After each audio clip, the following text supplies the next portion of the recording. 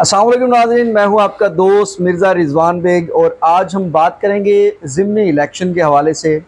ज़िमनी election का मार्का सजा और सुल्तान मुंतखब हो गया। सरदार कैसर बासकर मक्सी पाकिस्तान तहरीक इंसाफ की टिकट पे इस मार्के को जीतने में कामयाब हुए और पाकिस्तान मुस्लिम लीग नून इंतखाब में हिस्सा ले रही थी और मद्दे मुकाबल थे लाला ताहिर रंधावा।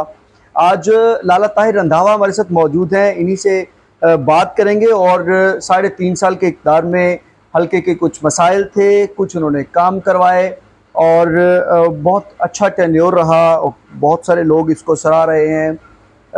सियासी नाराज़गियाँ पाकिस्तान तहरीक इंसाफ की टीम की और पार्टी छोड़ने की वजह से वो एक अलहदा बात है और हल्के की तरक्की और हल्के के काम एक अलहदा इशू है।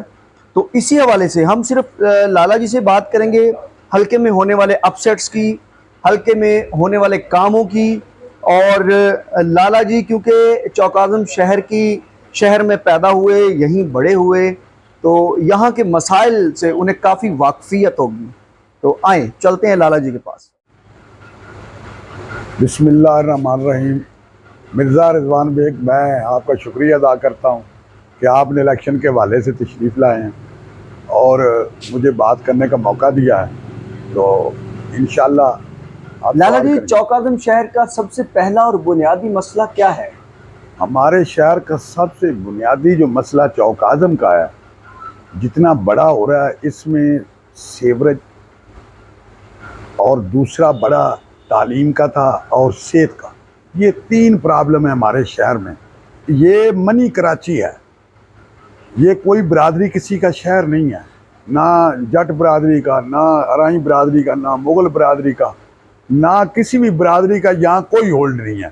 यहाँ जितने लोग हैं ये मुख्तलिफ ज़िलों से आए हुए हैं। आपका घर है, आप फैसलाबाद से, आपके साथ वाला घर चकवाल का है, अगर उससे आगे जाएंगे तो वो कसूर का होगा। ये एक कंबाइन शहर है जो सबसे ज़्यादा, अगर मैं आपका अपना बताऊं तो जब हम भी आए थे, मेरे वालिदैन, तो हम भी आम आदमी की हैसियत से यहाँ आए थे। और जो लोग भी इधर आते हैं सिर्फ मजदूरी, ये चौकाज़म में आप रश देखते हैं, ये रेडी बानू का, ये इनका यहाँ आना सिर्फ रोज़ी के लिए। हमारा शहर पता नहीं कितने लोगों को रोज़ी देता है।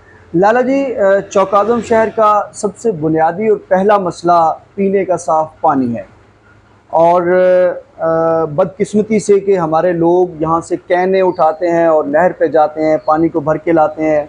जो टैंकर्स पानी में वाटर सप्लाई कर रहे हैं वो उनमें ज़ंग लगा हुआ है, तो जिससे शहर के लोगों में जिल्द की, मैदे की, जिगर की, अंतड़ियों की बीमारियाँ काफ़ी तादाद में हैं और बहुत सारे लोग मोटापे का शिकार हो गए।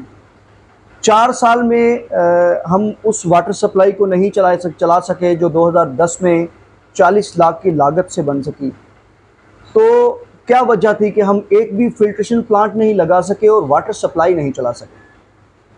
ये बात आपकी बिल्कुल दुरुस्त है कि हमारे ये जितने ये नए इलाके हैं, इसमें पानी की इतने नीचे पानी गंदा नहीं है। जो हमारा पुराना शहर है वहाँ पानी के मसाइल हैं। जो आज से 10 साल पहले लगा लें, 15 साल पहले, जो वहाँ की जितनी भी पानी की इन्होंने सिस्टम को चलाया वो बिल्कुल नकारा था। वो इस हवाले से कि कभी पानी ऐसे नहीं, ऐसे जाता है। ये जितने हमारे जिन्हें इन्होंने इस तरह चलाया है, जो लोगों के घर तक नहीं पहुंचा, उसकी सबसे बड़ी नाकामी यही थी। मैंने अपनी गवर्नमेंट पीटीआई, जब मैं पीटीआई में गया हूँ तो मैंने उन्हें कहा कि हमें साफ पानी पीने के लिए मनसूबा दें 4, क्यों हमारे 4 सेक्टर हैं, जिसमें ये फतेहपुर लैया दरमियान वाला, फैसलाबाद और फतेहपुर दरमियान वाला, ये लैया और मुल्तान और लैया और फैसलाबाद के दरमियानी हिस्सा। मैंने कोशिश की कि ये इनको ना मैं बनाने के लिए भी पानी साफ देने के लिए, तो उसकी जो आप कह रहे हैं ना कि ये आपने वो जो मनसूबा चलाया नहीं है, ये मुझे बिल्कुल नया मनसूबा लगाना, पानी वहाँ ही नहर से ही मुझे लगाना पड़ता था। तो मैंने ये बना के दिया था, गवर्नमेंट ने उसको रिजेक्ट कर दिया, पीटीआई। लाला जी, आपने नए 4 प्रोजेक्ट्स की डिमांड की, लेकिन 2018 के अवाइल में मुस्लिम लीग नून ने एक प्रोजेक्ट शुरू किया था जिसमें उसने थल के बासियान के लिए, लिया के लिए 726 वाटर फिल्ट्रेशन प्लांट की स्कीम लॉन्च की थी। और बदकिस्मती से पाकिस्तान तहरीक इंसाफ की हुकूमत आई और आप उसमें चले गए और लिया को पहला तरक्याती बजट 4,26,000 मिला। तो वो 726 वाटर फिल्ट्रेशन प्लांट बंद हो गए। उसके ऊपर आपने आवाज़ उठाई होगी, आपने उसके ऊपर कोई काम किया होगा, या आपको वजह पता होगी कि वो इमरान खान ने 726 वाटर फिल्ट्रेशन प्लांट क्यों बंद किए? ये मैं आपको बताऊं, ये मैं इस कमेटी में गवर्नर साहब के अंडर था जब ये इन्होंने बनाई, जो नई बनाई थी फिल्ट्रेशन, वो गवर्नर साहब के नीचे, उसका कमेटी का मुझे नाम नहीं जो इन्होंने दिया, या आबे या जैसा कोई नाम दिया था। पीटीआई वालों को पता ही नहीं था कि ये हमें एक बंदा डोनेट कर रहा है, एक हमें कंपनी डोनेट कर रही है, इनको इल्म ही नहीं था। हमने कई बार बात की, ये वो आबे हयात की कमेटी बनाते बनाते 4 साल गुजर गए। गवर्नर की अगर आप प्रेस कॉन्फ्रेंस उठा लें, गवर्नर हाउस में हम सब इकट्ठे थे, तो वहाँ गवर्नर ने ये बात तस्लीम की कि मुझे अफसोस है कि मैं ये 3.5 साल में वो जो आबे हयात इन्होंने बनाई है, उसको वो जो पैसे आए हुए थे उनको यूटिलाइज ही नहीं कर सके। ये इनकी नाअहली थी। मैं समझता हूँ कि बार बार देखें, बुज़दार साहब ने पंजाब के ऐसे बड़े बड़े मंसूबे कई खाक में मिला दिए हैं जो इनके इल्म में नहीं थे कि ये इसको क्या करना है, इसको कहाँ से लेना है। हमारे गवर्नर गुलाम सरवर साहब ने इंतहाई मेहनत की। वो वहाँ वो कंपनी वाले भी आए जहाँ से ये डोनेशन मिली थी। करते करते जब ये अब पीटीआई की गवर्नमेंट ख़त्म हुई है, तो हमें इन्होंने दिए ये प्लांट्स है, वो भी नहीं आए, पैसे पड़े हुए हैं। ये गवर्नमेंट की नाअहली है, हमारे सीएम की नाअहली है कि इतने बड़े ये 800 जो दिए थे मुस्लिम लीग नून ने, ये कोई उन्होंने घर से नहीं दी, ये भी उन्होंने फंड से आए थे, बैर फंडिंग से। तो इनको चाहिए था, ये उसको इस्तेमाल ही नहीं कर सके। हमने आवाज़ उठाई है कि जी ये हमें दें फिल्ट्रेशन, वो नहीं दे सके, उनको पता ही नहीं भी लाला जी, आपने आवाज़ उठाई और पाकिस्तान तहरीक इंसाफ की गवर्नमेंट आपको आपके लिया के लिए साफ़ पानी नहीं दे सकी। आगे बढ़ते हैं। डिवीजनल पब्लिक स्कूल के नाम से यहाँ चौक-ए-आज़म में एक इदारा बनाया गया और आपने उसे रेनोवेट करवाया। तकरीबन 1.5 करोड़ की लागत से आपने उसे रेनोवेट करवा के उसे बहाल किया, क्लासें लग गई और टीचर्स को भर्ती किया गया। बदकिस्मती से जितने भी टीचर्स भर्ती हुए, उनको भर्ती करने के लिए किसी अखबार में इश्तिहार नहीं आया। और आपके लाए हुए लाला अहमद गुज्जर को जब भी हमने किसी बच्चे की तैनाती की बात की तो उन्होंने मेरिट का कह के टाल दिया।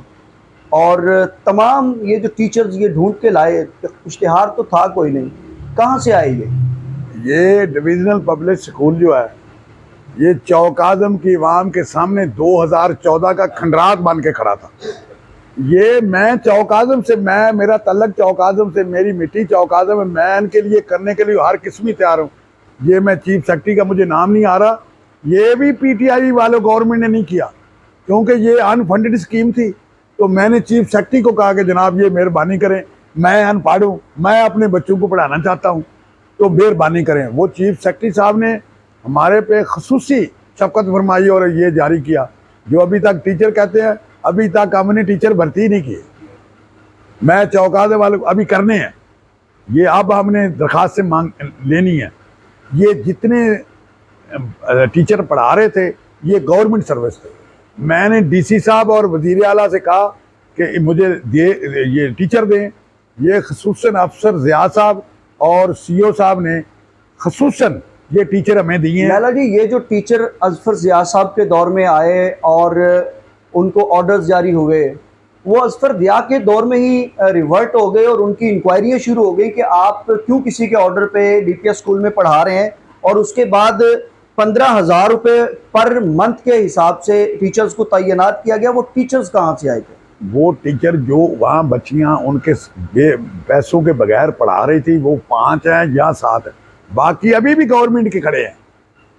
इंशाल्लाह हमने ये जून में निकालेंगे और इंशाल्लाह भर्ती करेंगे, मेरिट पे भर्ती करेंगे।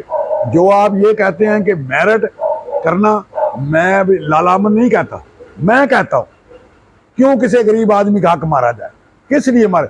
ये गवर्नमेंट कॉलेज बॉयज यहाँ पे सब्जेक्ट लगे हुए हैं BS4 के। एक बंदा कह दे कि यहाँ पे किसी बंदे का हक मारा गया, मैं देख रहा हूँ। और वहाँ भी मैंने उसको कहा है कि हमने ऐसे भर्ती नहीं करने कि एक बंदा अहल ही नहीं बच्चा और आप उसको कर लें सिफारिश पे, ये तो सारा काम खत्म हो जाएगा। और मैं कहता हूँ कि लाला अहमद की बात दुरुस्त है। आप अंदर जाके देखें कि मैं अपने बच्चों के हवाले से क्या नहीं किया हुआ। मैं चौक आजम वालों को चैलेंज करता हूँ, ये रास्ता था मैं ना बनाता, गवर्नमेंट को हमारे कोई नहीं बनाना था। मैंने अपने बच्चों के लिए तमाम सड़क पे 70 लाख रुपया मैंने लगाया है। आगे चलते हैं लाला जी, अपने दौरे हुकूमत में आपने कौन कौन से प्रोजेक्ट्स के ऊपर काम करवाया, कौन से बड़े प्रोजेक्ट्स लगे? जो मेरा सबसे बड़ा, जो मेरी दिली ख्वाहिश थी, वो ट्रामा सेंटर था। ये PTI वालों ने मुझे ट्रामा सेंटर तो दे दिया, फंड जारी नहीं किया। मैं हमजा शहबाज साहब का शुक्रिया अदा करता हूँ कि बिल्कुल एंड में उन्होंने फंड जारी, जो अभी आपको वहाँ देख रहे हैं 4 दीवारें बन रही हैं, इंशाल्लाह उन्होंने मेरे से वादा किया अगर हमजा शहबाज साहब की हुकूमत रही तो इंशाल्लाह ये 10 करोड़ का नहीं होगा, इसका पूरा एस्टीमेट 32 करोड़ का जो लगा है वही हम पैसे लेंगे। ये इसलिए नहीं लगाया, ये आप मियाँ वाली से मुल्तान चले जाएं, वो रास्ते में एक अस्पताल दिखा दें जो वहाँ आप एक एक्सीडेंट शुदा बंदे को रोक के उसकी ऑपरेशन कर सकें। ये मेरा मुतालबा नहीं था, ये मेरे पूरे इलाके का मुतालबा। जिनका नौजवान भाई, किसी का बेटा वहाँ एक्सीडेंट में जाता ना, तकलीफ उसको होती थी। आप साफ़ी हैं, आपको तो अखबार में मुझे फ़ोन करते, लाला जी एक्सीडेंट हो गया है। मैंने उनको कहा मैं फ़ोन करता हूँ, मैं चौका ने फ़ोन किया, वो जी लइए भेज दिया है। जब मैं लइए बंदा जाता था, मैंने फ़ोन करना कि यार वो बंदा आ रहा है, जनाब इसको निश्तर ले जाए। तो मैं 100 की मिसालें सुना सकता हूँ कि धोरी और चौक मुंडे के दरमियान हमारे नौजवानों की, हमारे बुजुर्गों की, भाइयों की डेथ। पाकिस्तान तहरीक इंसाफ ने आपको ट्रामा सेंटर का तोहफा दिया और उसका काम शुरू हो गया। आगे चलते हैं लाला जी, हल्का PP 282 में सबसे अहम शहर चौक आज़म है और उसकी नब्ज़ उसके मुतालबे के ऊपर है। तहसील के हवाले से 12 दिसंबर 2012 को इमरान खान ने चौक आज़म शहर में तकरीर करते हुए कहा कि जब हम इक़्तिदार में आएंगे तो हम चौक आज़म को तहसील बनाएंगे। तो पहले 100 दिन में ये काम होना था और 96 दिन जब मुकम्मल हुए थे तो अजमल चीमा साहब यहाँ आए थे। तो हमने इंटरव्यू करते हुए आपसे पूछा कि आपने हमारा जो मुतालबा है चौक आज़म का वो आपने याद करवा दिया। तो आपने गाड़ी से फ़ाइल निकाल के दिखाई और कहा कि अभी मैं याद नहीं करवा सका क्योंकि मेरी मीटिंग नहीं हुई। तो सवाल ये है कि जब आपकी मीटिंग हुई इमरान खान से और आपने तहसील वाला वादा याद करवाया तो इमरान खान का रिएक्शन और जवाब क्या था? सुने, जब ये लिया में बात हुई दोबारा, फिर जब हमारी मीटिंग हुई तो वो उसने बुजदार को कहा कि आप इनकी तहसील का क्यों नहीं ऐलान करते। तो बुजदार साहब से जब मैं लाहौर मिला हूँ तो मैंने कहा यार आप वहाँ को सुलेमान की कर रहे हैं, मरी वाली कर रहे हैं, तो आप मेहरबानी पर। उसने कहा जी आप इमरान खान के पास जाएं। मैं कहा जी इमरान खान ने तो खुद ऐलान किया है। ये इस अहल नहीं था कि एक जहाँ ज़रूरत है उसको दे सके। उसको ये पता था कि DG खान जो है ना, ये मेरा घर है और मैं चैलेंज करता हूँ ये बुजदार से या अपने हल्के से भी नहीं जीतेगा, इसलिए कि इसने अपने हल्के में इतने पैसे नहीं लगाए जितने DG खान में लगाए हैं लोगों को राज़ी करने के लिए। ये जो कैंडिडेट हारा मुस्लिम लीग नून का, ये बुजदार का कैंडिडेट था जो PTI के मुकाबले में हारा। इसका भाई उसकी हिमायत कर रहा था, मुझे पता है उनके तल्लुकात क्या थे। बुजदार खामोशी से बैठा हुआ था और इनके कैंडिडेट को शिकस्त हुई है। ये PTI वालों के साथ नहीं थे क्योंकि उन्होंने हम समझते हैं कि DG खान डिवीज़न में तरक्की होगी, उसमें ज़िला लिया भी आता। मैं पंजाबी तेन मैं क्या इन्हों इस हद तक क्या और यार सेब खाते हो, कोई काना डिगे तो लइए आलू भी सुट दे, चलो असं इन्होंने छिल मुट के खा लांगे। और उन्हें कोशिश नहीं की थी। इतने सिर्फ मैं समझता हूँ कि उसने लिया को सवाब बुजदार करप्ट लोगों को लाने के लिए, लगाने के लिए और कोई काम नहीं किया। लाला जी, आखिरी मालूमात के मुताबिक चौक आज़म तहसील बनाओ तहरीक के जो लीगल एड सेल के चेयरमैन हैं, उन्होंने हमें बताया था कि फेडरल बोर्ड ऑफ रेवेन्यू के पास फाइल चली गई है और वहाँ से अप्रूवल बाकी है। क्या वहाँ से अप्रूवल हो के वो असम्बली चली गई है हमारी फाइल? ये बात जो हमारा SMBR है, मैं खुद गया हूँ वहाँ मुकम्मल फाइल तैयार हो के उन्होंने मुझे पूछा ये 3 ऑप्शन है, इनमें से एक पे हाथ रख दो। मैंने जो ऑप्शन समझता हूँ कि हमारे शहर के लिए बेहतर है, मैंने वही ऑप्शन इस्तेमाल किया और मैंने ओके करके भेज दिया। SMBR ने तमाम जो उनकी अपनी कमेटियों की मीटिंगें होती हैं वो कर रहे थे और उन्होंने कर चुके हैं। इंशाल्लाह हमजा साहब अगर 22 को वज़ीर आला बनते हैं तो मैं आपको ये यकीन से कहता हूँ कि इंशाल्लाह लाला जाएगा और आपकी तहसील चौकादम का नोटिफिकेशन होगा। लाला जी, आखिरी और अहम सवाल है, अगर मगर ना बताइएगा, मुझे ये बताएं कि वज़ीर आला कौन बनेगा? वज़ीर आला हमजा शहबाज बनेगा। इसके अलावा कोई ऑप्शन नहीं है? कोई ऑप्शन नहीं है। लाला ताहिर रंधावा हमारे साथ मौजूद थे और हमें हल्के के मसाइल और कामों के बारे में बता रहे थे। और बुनियादी मसला हमारा पीने का साफ़ पानी है, जो मेरे लोगों को नहीं मिल रहा। वो गरीब है, अमीर है, उसकी गली साफ़ है, उसका घर कच्चा है या पक्का। हमारा सबसे पहला और आखिरी मसला पीने का साफ़ पानी है और मुतालबा सबसे बड़ा तहसील है। तो लाला जी ने उसके हल भी बताए और मसाइल भी बताए, और लाला जी ने अपने गुज़श्ता 3.5 साल के टेन्योर में हम सीधा सवाल पूछ सके और उनके बारे में बताया कि उन्होंने कौन कौन से काम करवाए। और नाजरीन, ज़रूर आप कमेंट सेक्शन में बताइएगा कि लाला जी का इंटरव्यू कैसा था और हमारे सवाल कैसे थे।